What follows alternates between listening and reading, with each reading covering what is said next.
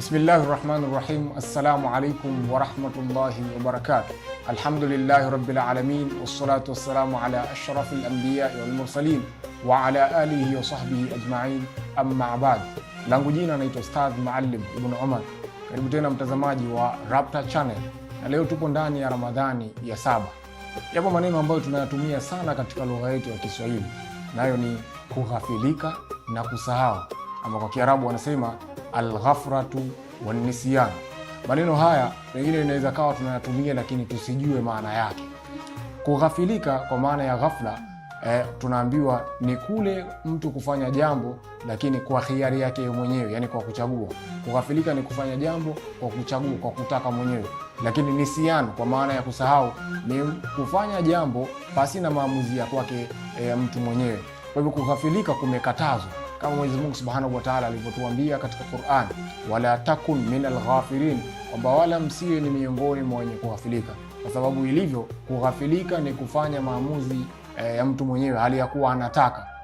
Na wanazuoni katika kutuelezea tafsiri pana ya kughafilika wakasema taraka wasaha anhu ihmalan, yani ni kule mtu kufanya mambo, ama ni ile nafsi yake kumshawishi kufanya mambo yale anayoyapenda, lakini kwa kujua, kwa kutaka yeye mwenyewe.